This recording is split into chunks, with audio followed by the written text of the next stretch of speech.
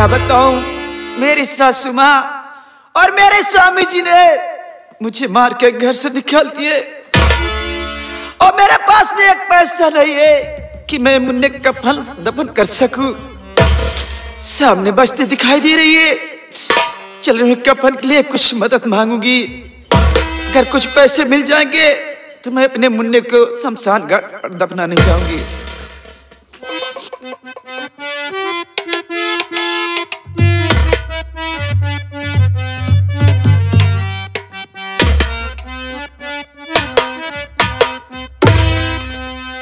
कि मर गया हमारे मुन्ना, आंसू बहे नयनवा, कफनवा कहवा पाई बिदना।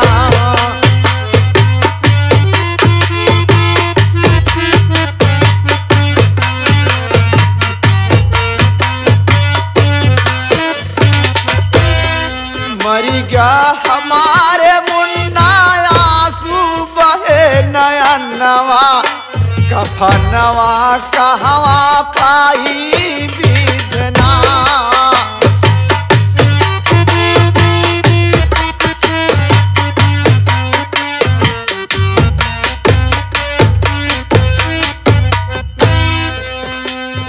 तो दरिंदा खून किया है उसको जान पाए।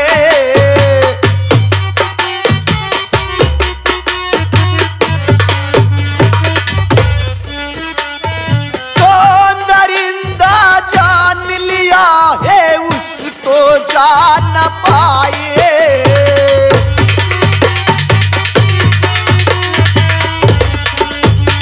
आगे बड़े भैया राम कैलाश पटेल स्वराज तहसील प्रयागराज धरती चल गए हैं।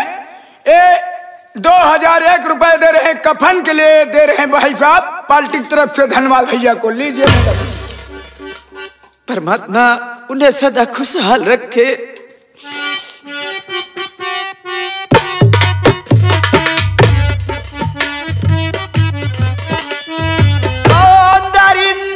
खून किया है उसको जान न पाए।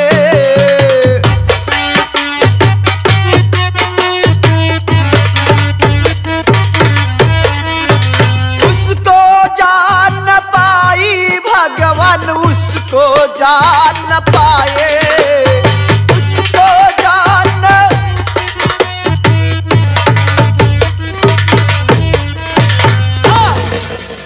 आगे बड़े भैया गंगा कैपिट के मालिक साहब 2001 रुपए दे रहे हैं कफन के लिए बड़े भाई, पार्टी की तरफ से धन्यवाद।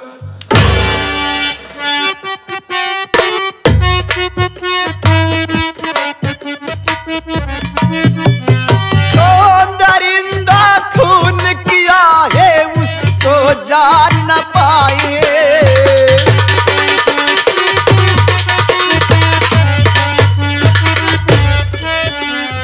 उसको जान न पाई भगवान, उसको जान न पाए।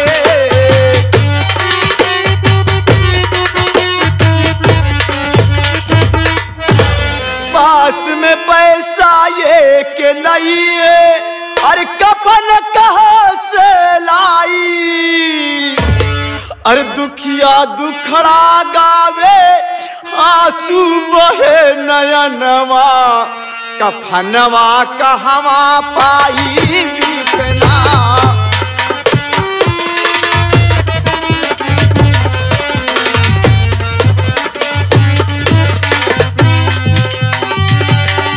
ओ पाई बिकना, ओ पाई बिकना, दुखिया दुखड़ा गावे, आंसू बहे नयनवा, कफनवा कहवा पाए बिकना।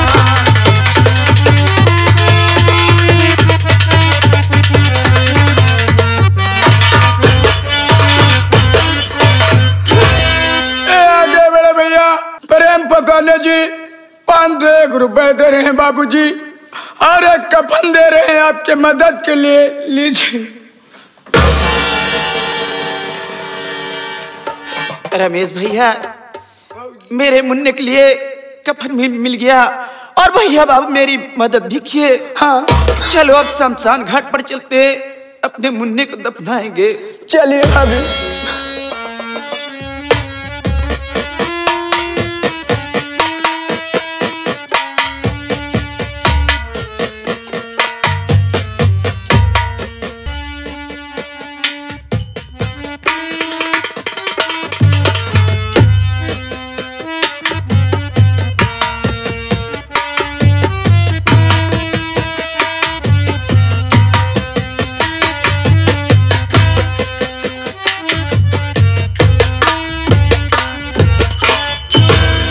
या मेरे मालिक, मैं इतना अभागा हूं कि आपने मुन्ने के लिए एक कफन भी नहीं मैं दे पा रहा हूं। ये गंगा घर पर आ गया हूं, मैं बैठ कर थोड़ा इंतजार करता हूं। अगर कोई भैया बाबू आ जाएंगे तो अपने मुन्ने के लिए जरूर कफन मांगूंगा।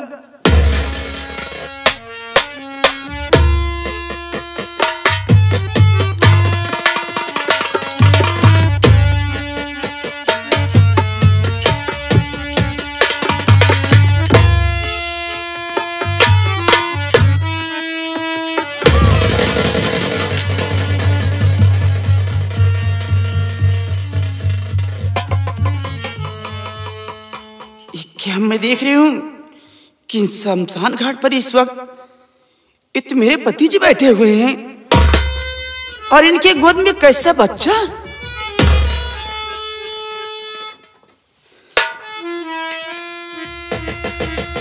बाबूजी, बाबूजी,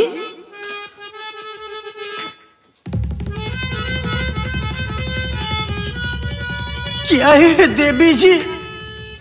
बाबूजी, क्या बात है देवी जी? इस वक्त आपका छोटा भाई कहाँ है और आपकी पत्नी कहाँ है?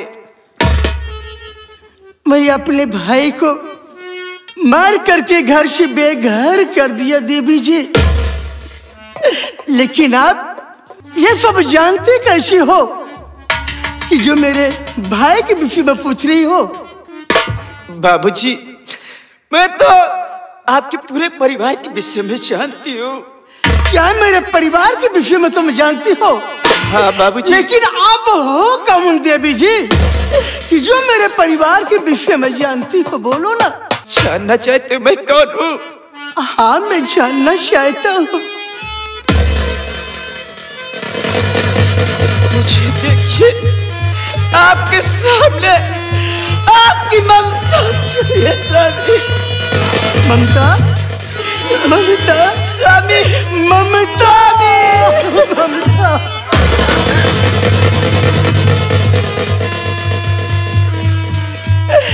ममता? अरे माया के कहने पर मैं तुझे मार करके घर से बेघर कर दिया और माया के कहने पर मैं अपने छोटे लक्ष्मण जैसे भाई को मार करके घर से बेघर कर दिया।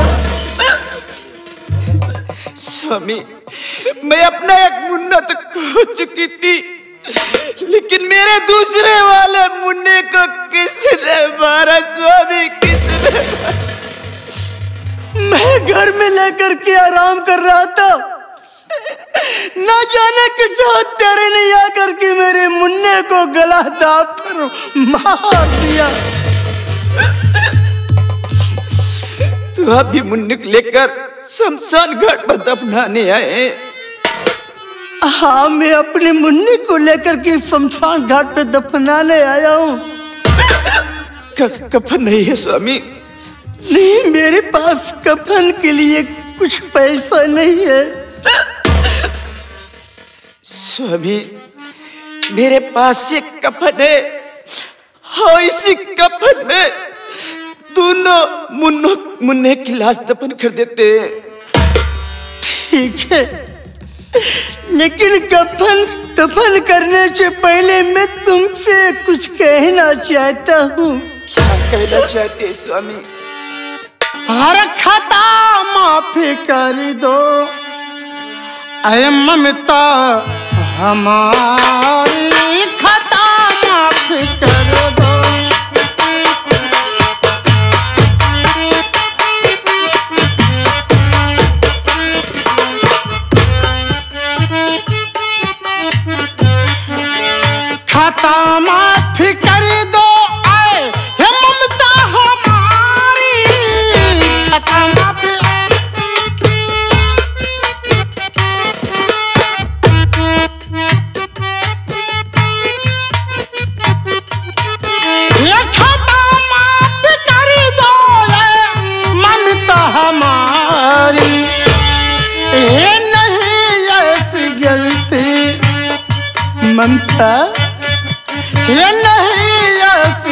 गलती अब होगी दोबारा, नहीं ऐसी गलती अब होगी दोबारा, नहीं ऐसी गलती।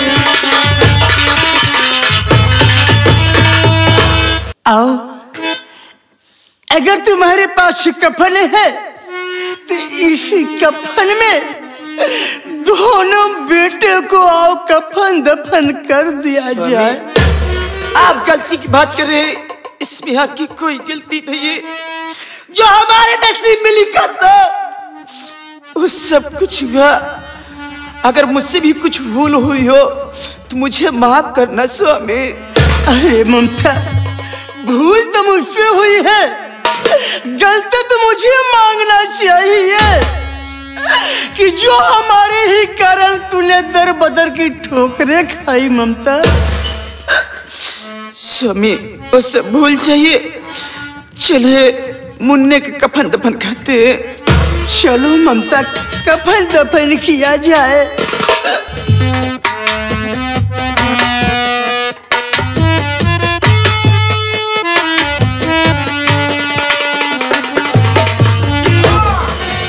रुक जा, अरे ममता तू पापिनी, आज बच कर यहाँ से न जा पाएगी।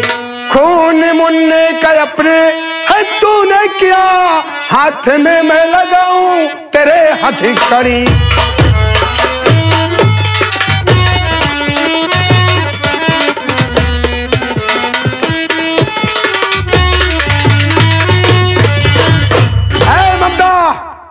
भागने की कोशिश मत करो, आज तू कानून से भाग नहीं पाएगी और आज तुझे हथकड़ी लग जाएगी। तूने अपने ही बच्चे का कत्ल किया है और लाश को दफन करना चाहती है।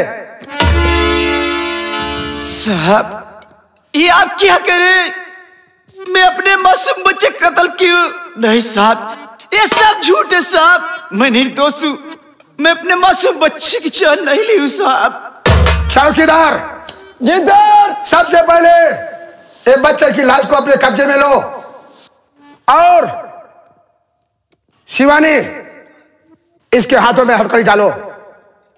चलो मैडम जी, लो हथकड़ी पकड़ो, इसको कान में टांग लो मैडम। तुमको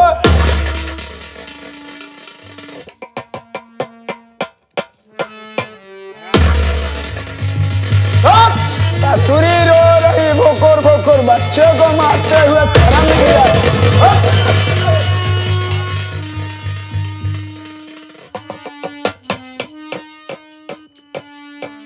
चल इधर चल। ये तेरे गोद में कैसा बच्चा है?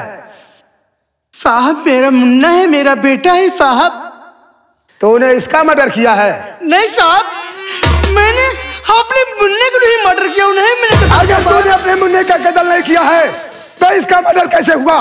साहब, मैं काम पर से अपने मुन्ने को लेकर के आया, घर पे मैं लेट कर के आराम कर रहा था, इधर ना जाने कौन हत्यारा या करके मेरे मुन्ने को गला दाब कर मार डाला। ज्यादा नाच नखरा मत दिखाना। अगर तेरे साथ ये हुआ था तो तूने थाने में रिपोर्ट किया? नहीं किया। नहीं साहब। इसका मतलब तू कातिल है? नहीं साहब, मैंने खूनी नहीं साहब। चौकीदार, इस बच्चे की लाश को भी कब्जे में लो। ओ लड़के, और इसे भी हथकड़ी लगाओ।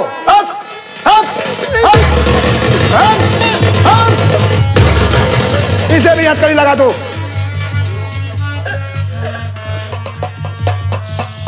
सर, इस लाश को क्या करो? पोस्टमार्टम के लिए भेजो। ठीक है सर।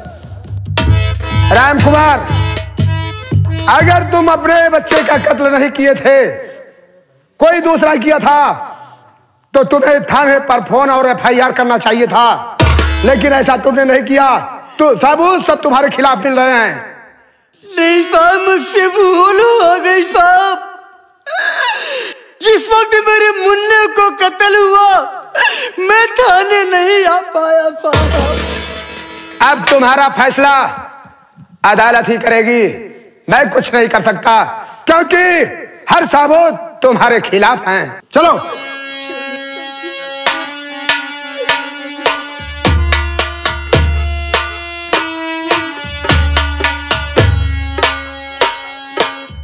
हाँ चेतन भाई सब बढ़िया है। और अपना सुनाइए।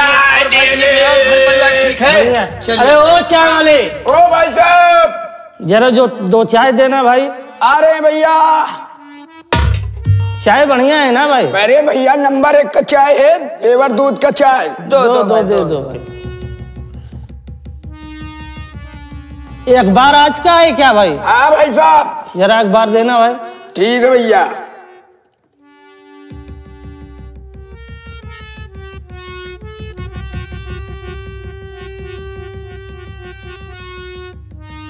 कितना हुआ भाई पैसा? 20 रुपए हुआ भैया। ये लो भाई पैसे पकड़ो। चाय ले ले। या मेरे मालिक, ये मैं क्या देख रहा हूँ?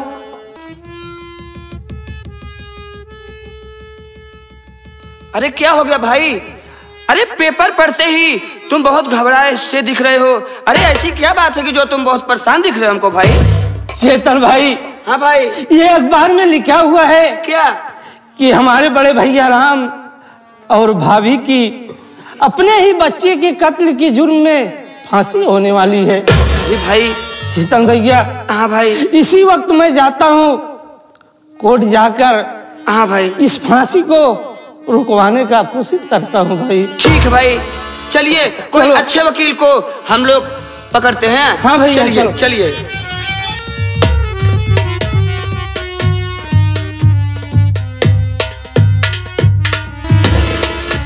शिवानी। हाँ सर। सबसे पहले वो ममता और रामकुमार जो थाने में बंद थे अदालत में। हाँ सर। उन्हें ले आओ। उनकी फांसी की सजा सुनाई गई है, आज उनकी फांसी होनी है। जी सर। जाओ ले आओ।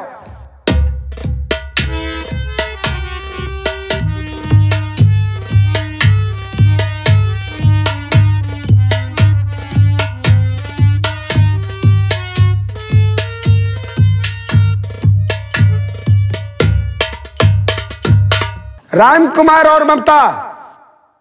हाँ साहब। अब तुम्हारे पास कुछ ही मिनट बाकी हैं। कुछ खाना चाहते हो या किसी से मिलना चाहते हो तो अपनी अंतिम इच्छा बता सकते हो। नहीं साहब, ना तो मैं कुछ खाना चाहता हूँ।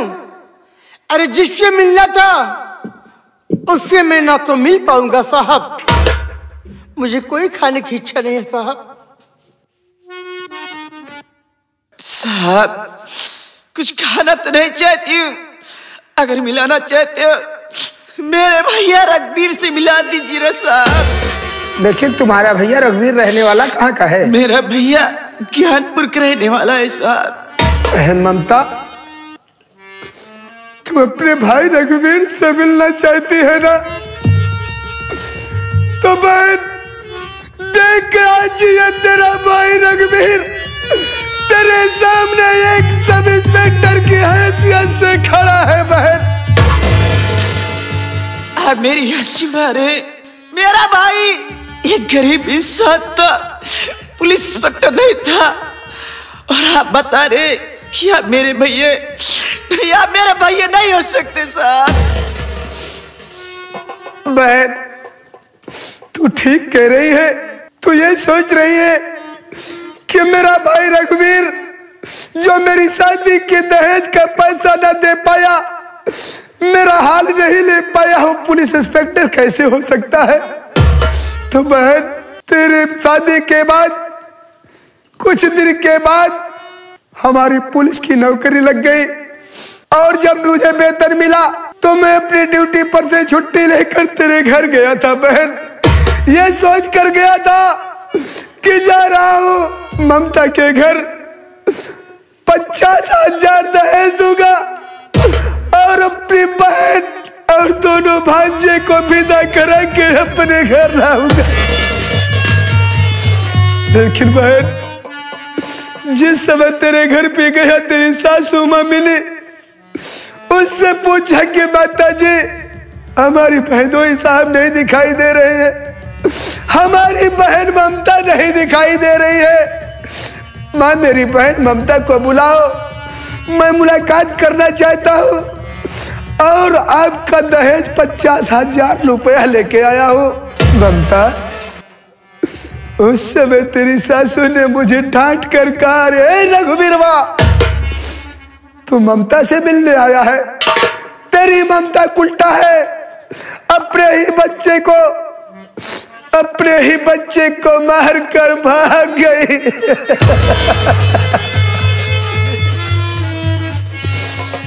इतनी बात सुनने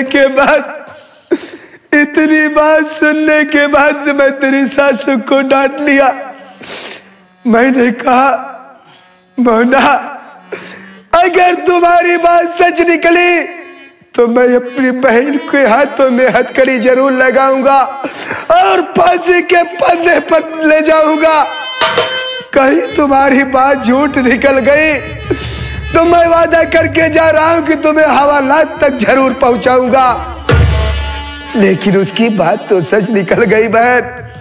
जिस समय मैं तेरा पीछा करते करते शमशान घाट पर पहुंचा तो क्या देख रहा हूं कि तेरे सासू माँ की बात सच निकली और तेरे गोद में हमारे भांजे की लाश नजर आया। बहन,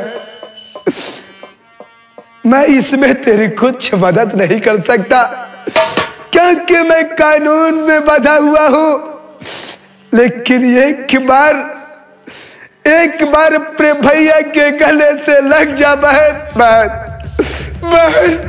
एक बार गले से लग जा बहन। सर रुक जाइए आपने वर्दी पहनते समय क्या कसम खाए थे? शिवानी, हाँ सर। ठीक कह रही हो। ये वर्दी पहनने से पहले कसम खाई थी कि मैं इस वर्दी की रक्षा करूंगा। अपना चाहे माँ हो, बाप हो, भाई हो, कोई हो, जो मुजरिम है उसे मुजरिम करार करूंगा, उसके हाथों में हथकड़ी लगाऊंगा। आज तुम सही कह रही हो। ऐसा करो, इन्हें फांसी के फंदे पर चढ़ाया जाए। ठीक है सर। चौकीदार,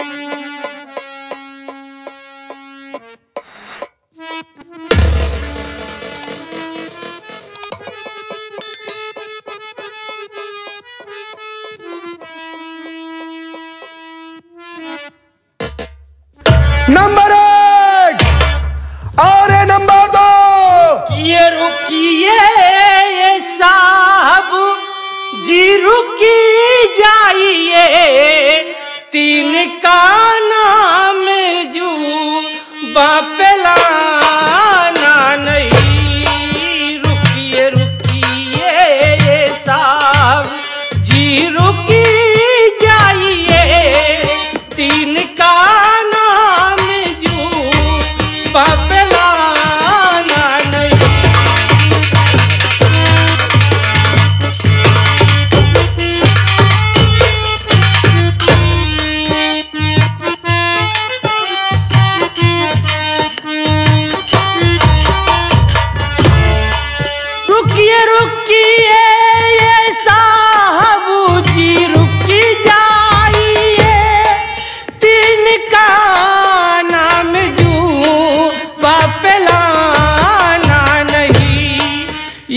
निर्दोषी को न सजा दीजिए, एक निर्दोषी को न सजा दीजिए।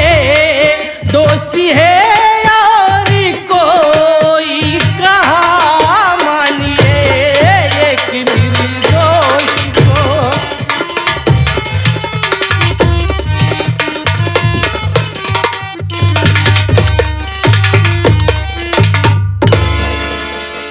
इंस्पेक्टर साहब, आप जिसको फांसी देने जा रहे हैं ये दोनों निर्दोष हैं। इंस्पेक्टर साहब, मैं राम कुमार का छोटा भाई श्याम कुमार हूँ। यानी तुम इस राम कुमार के छोटे भाई श्याम कुमार हो, तो ये तुम कैसे साबित कर सकते हो कि राम कुमार और ममता निर्दोष हैं? साहब, जब मैंने सुना कि मेरे भैया राम और भाभी ममता की फांसी होने वाली है, तब मैं कोर्ट गया, वहां से इनका जमानत का कागजात बनवाया और मैं पता लगाया कि खूनी ये नहीं बल्कि और कोई है। क्या खूनी ये नहीं है? चलो ठीक है, सबसे पहले वो जमानत के कागजात मुझे दिखाओ। ये लीजिए साहब। शिवानी, सबसे पहले फांसी का फंदा हटा दिया जाए।